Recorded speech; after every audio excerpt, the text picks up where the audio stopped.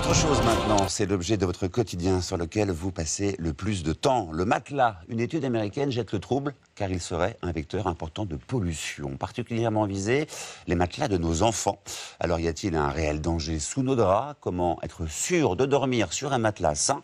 Ce soir, c'est Karel Ternier qui vous répond. Karel, que dit exactement cette étude? Alors, sur 20 matelas pour bébés analysés, les chercheurs ont identifié une dizaine de substances chimiques inquiétantes, dont des phtalates soupçonnés d'être cancérigènes ou certains retardateurs de flammes toxiques.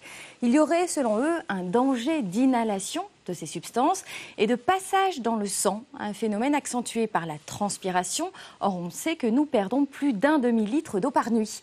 Les risques seraient moins importants avec une protection sur le matelas du type à l'aise. Une autre question, les matelas sont-ils dangereux pour notre santé et celle de nos enfants?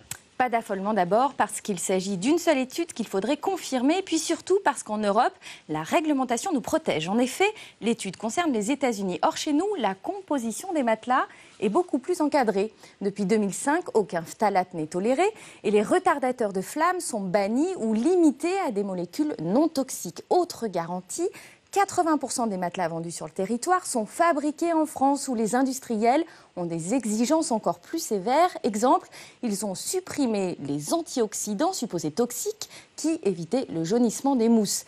La situation est un peu différente pour les matelas de bébés, de moins en moins fabriqués en France. Il est donc très important de vérifier leur provenance et, si possible, d'acheter des produits labellisés. Confiance Textile ou Certipure garantissent qu'ils sont débarrassés de tout agent potentiellement dangereux. Oui, à surveiller. Donc, allez, une dernière question. Combien de temps en moyenne doit-on garder un matelas? Sans qu'il y ait un danger imminent ou avéré, il est conseillé de se débarrasser des matelas ayant plus de 8 ans car ils ont été fabriqués avant l'apparition de la fameuse réglementation européenne. Sur le plan de l'hygiène, le seul entretien qui vaille, c'est d'aérer son matelas et de l'aspirer. Cela protège des acariens et donc des allergies. Un mot pour finir sur nos oreillers. Ils sont soumis à la même réglementation, mais eux peuvent et doivent, c'est mieux, être lavés 1 à 2 fois par an. Merci.